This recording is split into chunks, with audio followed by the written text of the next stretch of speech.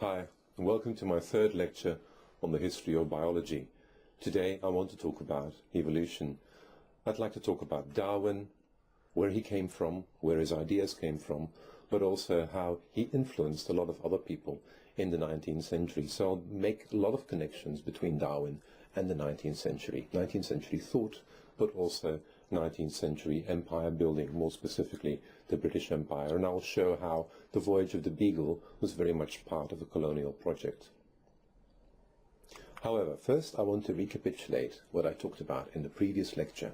In the previous lecture I talked about the taxonomic style in biology, and I showed how this taxonomic style in biology came from two different roots. The one root was curiosity cabinets, those bizarre collections of oddities and strange objects kept by rich people to show off not only their capacity for finding these things all over the planet, but also for them to show off with their connoisseurship, for example, not just about biological objects, but also about books and pieces of art. The other source of the taxonomic style were botanic gardens. Botanic gardens initially were set up to collect medicinal herbs to try and fight, for example, the plague of Amsterdam at the Botanic Garden of Amsterdam. But the medicinal uses of botanic gardens were quickly expanded, especially in the 17th century, to distribute new crops from the colonies, for example, tomatoes, potatoes, and similar crops, which were distributed to the agricultural system in Western European countries, but from here also then spread out over other colonial places in the world. Later on, botanic gardens were also used to distribute horticultural products such as tulips. These two collections, these two forms of collections, formed the basis on which taxonomists such as Linnaeus could then go to work to try and find some order in these collections, and one could say, for example, in the case of Linnaeus, maybe also impose a little bit of order on nature, to try and understand some way of managing and understanding the structure of these collections. Now, the taxonomic style for a long time was the dominant way of doing biology, and it was so dominant that for a long time taxonomy was almost the same as doing biology. However, towards the end of the 19th century, early 20th century, you see that this taxonomic style starts to fade from prominence in biology and is then pushed aside by, for example, an experimental style. I'll talk about that later. However, it's important to realize that the taxonomic style does continue right to this day, not just as a way of doing biology, but also in the form of these fantastic collections that are kept in beautiful places, such as, for example, the London Natural History Museum. And sometimes these collections still prove very valuable, as I showed, for example, in restoration ecology. Right, that was the previous lecture. Now on to this lecture and this set of clips. I've split it up again in a number of separate clips, the first of which will discuss the notion of nature, change in nature, so early ideas about what change in nature meant and how that changed in the 19th century. Then I'll talk about the origins of the origin of species, where Darwin got his ideas and how he started to develop his own ideas.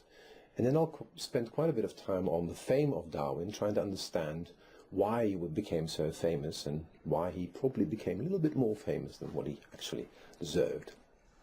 Then I'll go into Darwin's sense of mission, what he wanted to achieve with his theories and the politics behind it all. I'll analyze some of the metaphors in Darwin, where they came from, what happened with them, and then to close off this set of clips and this lecture, we'll look a little bit more into the metaphors that Darwin used, where these metaphors came from and what they meant for Darwinian thinking. But now, the first clip will analyze notions of change in biology. Now, up until, say, the end of the early 19th century, the dominant view of change in biology was, in nature, was basically that nature didn't change, it was static. So, for example, I've shown you this picture before, the great chain of being, or the ladder of nature, in which all species have their specific place in nature. And there's no way that you can change your station in nature. So, for example, if you were created as a dog, you will remain a dog forever, and there's no evolution, there's no going up the ladder. Now, of course, people understood, and they understood for a very long time, that a dog can change, that if you breed a dog, you can make dogs that look differently. However, within this worldview, there was no way of breaking out of your dogness. A dog could not develop into another species. So even though there were races and people were breeding with races quite long, since about 9000 BC, people were domesticating both plants and animals, for example. Dogs, goats, sheep, and so on. A lot of crops also. But always within the box, within your essence that you could not escape. Now, to the extent that there was change in nature, this change was seen as something dramatic, as for example here in this fantastic painting of the deluge, the great flood of the Bible. So the traditional view accepted that every now and then the face of the earth changed quite radically, but then through cataclysmic events there was no theory of gradual change, really. A notion, especially in nature, that was not very accepted. So for this worldview, however, around end of the 18th, early 19th century, a number of things, counterindications, a number of forms of evidence were starting to accumulate that gave this worldview a very hard time. Now, the first thing that made it hard for this worldview was the attempts to explain what fossils are and where fossils came from. Now, fossils were known for a very long time. For example, Leonardo da Vinci went up into the Apennine Mountains, and high in the mountains he found marine fossils. And then Da Vinci tried to explain this by seeing evidence of the great biblical flood in this. This must have meant that this high is where the seas came in the flood. However, Leonardo da Vinci also realized that there were several layers of marine fossils high in the mountains, and that he tried to explain by assuming that there must have been more than one flood. So he tried to match his worldview, his traditional worldview, with the new evidence and tried to reason his way around it. And the picture that you see here, for example, is Robert Hooke's early 18th century made beautiful drawings of fossils. So fossils were known. People just tried to fit them into the traditional worldview and try to explain it away with the theories they had.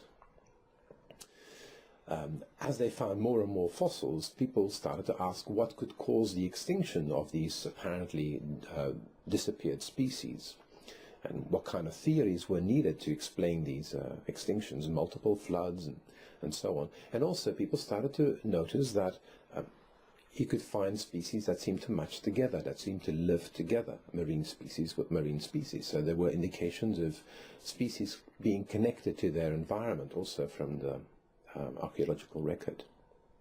Now, if you look at the reasonings that are going on here, there's a strong parallel between what I've earlier explained about Galen and how the fact that Galen had dominant theories right until the Renaissance, the fact that people found things that didn't match the theory, there was always a way to make the two match. So it's not because you find a heart or a liver that doesn't correspond with Galen's description that this was a reason to refute Galen. Which is a similar thing happens here. It's not because you find fossils that all of a sudden your traditional biblical worldview is refuted. There are ways of reasoning them together. A third source of discomfort for these theories were discussions about the age of the earth. Now, the dominant view through the Bible was that earth had to be about 6,000 years old, and one bishop went very far, James Ussher. He went into the Old Testament and added up all the ages of all the different generations described in the Old Testament since Adam and Eve. And from this, he deduced that the earth must be about 6,000 years old, and actually he was quite confident because he believed that he could determine the exact day on which God had created the earth as the 23rd of October, 4004 BC. Other people were trying to come up with other theories. For example, Buffon, the great naturalist, he tried to come up with an experimental way to test this theory of 6,000 years old. And he had a quite ingenious way to do this. Assuming that the earth had initially been glowing red hot, as you can deduce from some of the geological record, he thought he could try and extrapolate the cooling down of spheres, in this case cannonballs, and then extrapolate that to the entire earth. So he put different sizes of cannonballs into a forge, made them red hot, and then checked how long it took for them to cool down to room temperature, and then extrapolated how long it would take for the entire Earth to cool down to its current temperature. And by doing this, he calculated that Earth had to be 75,000 years old, about 10 times older than what the biblical view said. Now, maybe sounds a little bit silly from the perspective of today, but for his time, this was quite revolutionary. The Earth had to be 10 times older. Now, this relates to different conceptions and new conceptions among geologists and a great conflict between two schools of geology in the early 19th century. The traditional view said, in geology also, it said that the Earth had been shaped by cataclysmic events, enormous volcanic eruptions, floods, and so on. But there was also a competing school who said, no, we do not need different theories to describe radical change and what is going on every day. The same uniform principles are going on in nature, in the world, throughout the geological record, which is why they're called uniformitarians. They thought the same uniform principles would apply throughout the geological records. Now, if you do that, and if you want to explain what the world looks like with gradual processes such as sedimentation and forming of layers of volcanic rock, then the Earth had to be a lot older, because you need a lot of time for all these processes to develop. The catastrophists said, well, if you have big catastrophes, then the age of the Earth could be a lot shorter. You could have a young Earth.